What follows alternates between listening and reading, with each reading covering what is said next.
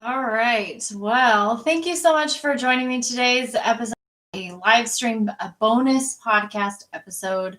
I'm recording this a couple weeks early, so yeah, my kids are upstairs. Hopefully no one will come in the room right now. So I'm taking a deep dive into this week's theme, which is what to do before you retire in 2021. So if you're planning to retire this year, if you're planning to retire even the next few years, there's a few things that you're definitely going to want to do before you make that leap and transition into retirement. And that's what I talked about on the 1 Minute Retirement Tip podcast this week. So when you're contemplating retirement, it can be overwhelming sometimes to think about all the things that you'll need to do, like eliminating your debt. Maybe you need to update your will. Maybe you need to decide how much healthcare is going to cost and when you're going to start Social Security. And there's all these things that you really should be doing.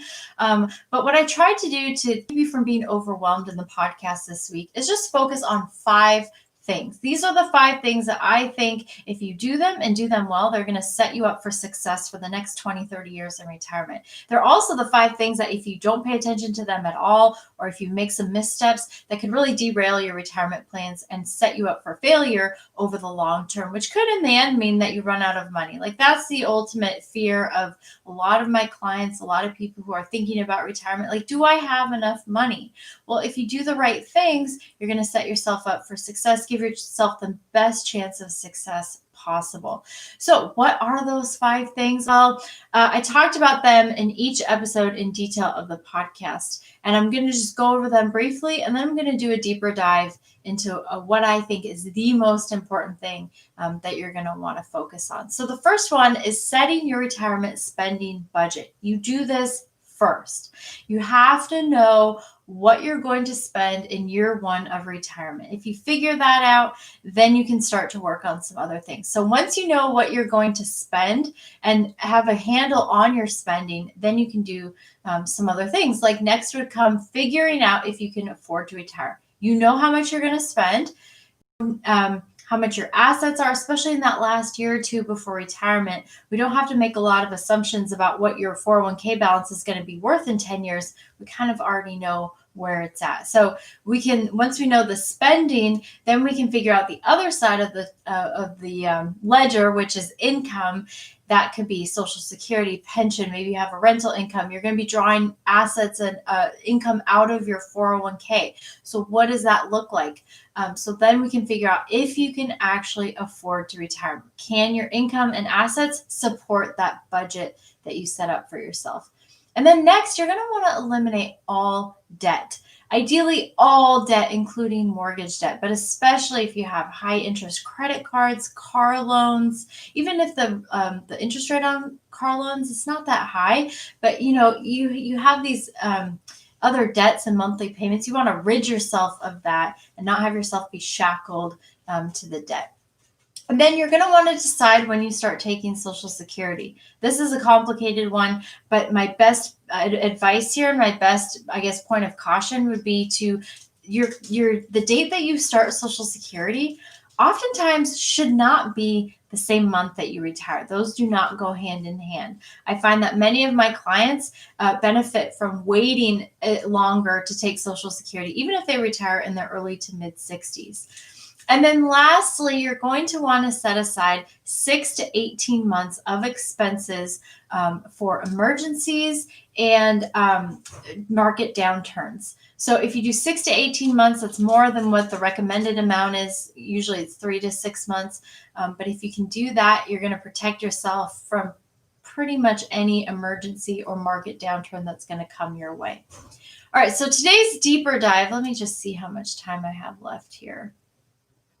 All right, we're doing pretty good on time. So today's deeper dive is really talking about the number one thing that you could do to be setting yourself up for success in retirement, and that is setting your retirement budget.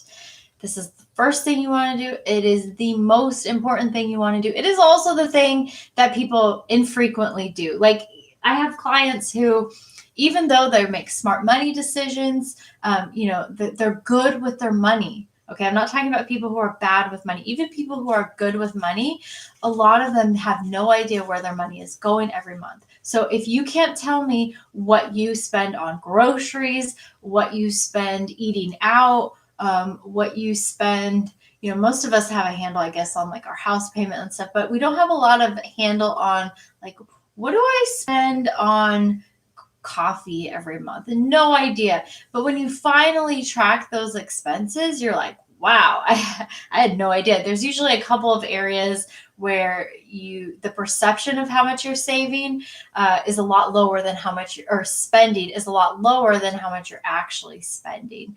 So it is very, very important to understand this, because what you're going to do is you want to track your expenses for, say, 3 to 6 months.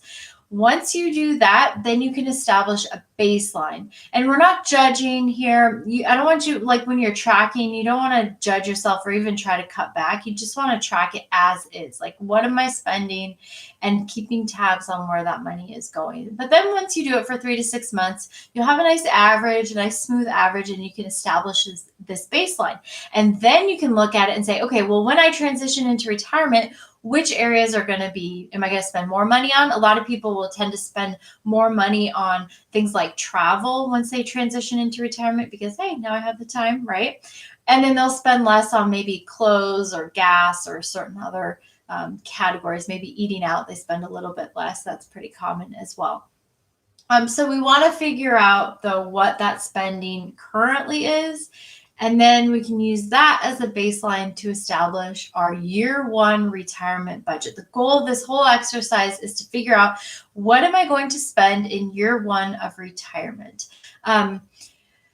So once you can answer that question, then you can move on to determine if you can actually afford to retire. And that, of course, comes next. I talked about that at length on the podcast this week, and helping you understand, now that I have that budget, what's next. And you really do need to run a full-blown retirement analysis here to see if the assets, not just in year one, but over 20, 30 years of retirement, are going to be able to support your income needs now and your income needs in the future. And there are a lot of assumptions that go into doing that. And so we want to get those right. You have to make the right assumptions about rates of return, inflation, taxes, etc. It's not easy to do.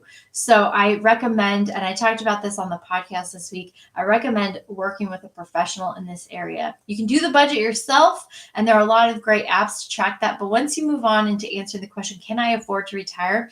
It's very valuable to hire somebody to do that for you. If you're already working with a financial advisor, great. The vast majority of advisors today will do that for you as part of their service. If you're not working with someone, there's a description in the link below. You can schedule a call with me, and I can talk with you about it and even point you in the right direction as well. Okay, so all of that, though, starts with being able to clearly understand what you're going to spend in that first year of retirement.